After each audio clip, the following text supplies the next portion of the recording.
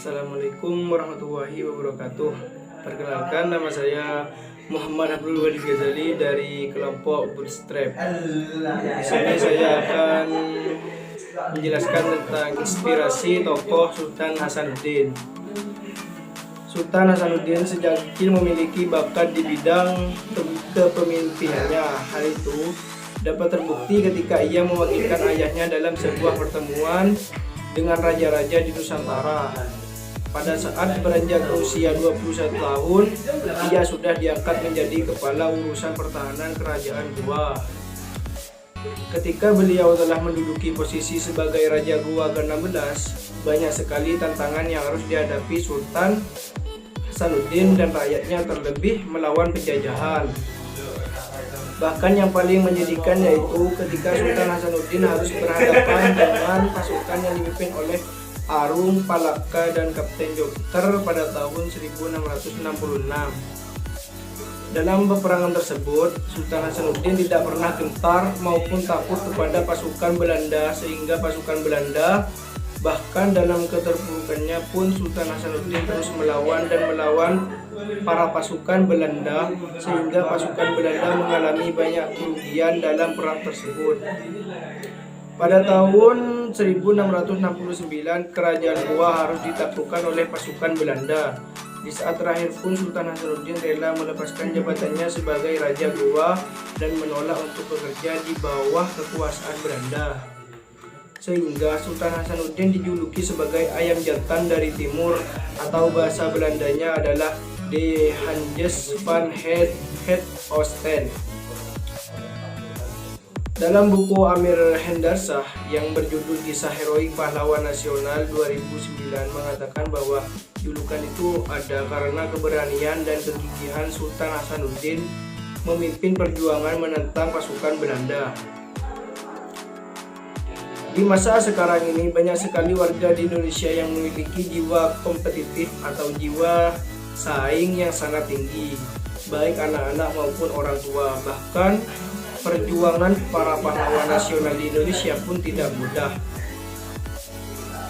Tak kalah penting dari itu juga kita harus dapat mengambil hal positif dari tokoh Sultan Hasanuddin ini, seperti jiwa kepemimpinannya yang sangat tinggi. Bukan berarti ketika kita sudah menjadi seorang pemimpin, kita seenaknya saja menggunakan kekuasaan secara semena-mena. Namun kita harus menggunakan kekuasaan tersebut demi tujuan yang baik buat negara seperti Sultan Hasanuddin. Kita juga harus bijaksana dan gigih ketika menghadapi sesuatu, agar kedepannya kita dapat bertindak lebih baik.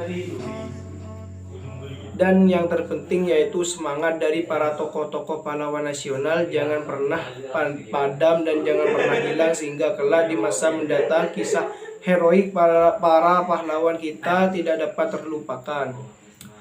Kenapa saya mengambil tokoh Sultan Hasanuddin sebagai motivator? Jawabannya sangatlah mudah, karena beliau tidak pernah memadamkan semangatnya untuk memperjuangkan negerinya. You never fail until you stop trying. Yang dimana seperti kisah dari Sultan Hasanuddin, bahwa dia tidak pernah menyerah selama 3 tahun untuk melawan para penjajah, bahkan terus bertahan akan semangatnya dan pasukannya. Nah, dari kisah inspirasi tokoh di atas, kita dapat menyimpulkan bahwa Sultan Hasanuddin sebagai tokoh yang sangat pemberani dan gigih terhadap perjuangannya. Selepas 1 tahun Sultan Hasanuddin turun tahta dari Raja Goa pada tanggal 12 Juni 1670 pada usia 39 tahun, Hasanuddin menghembuskan nafasnya yang terakhir. Kemudian beliau dimakamkan di suatu bukit di pemakaman orang-orang yang pernah menjabat sebagai raja di kerajaan Goa, di dalam benteng Kale Goa di kampung Tamalate.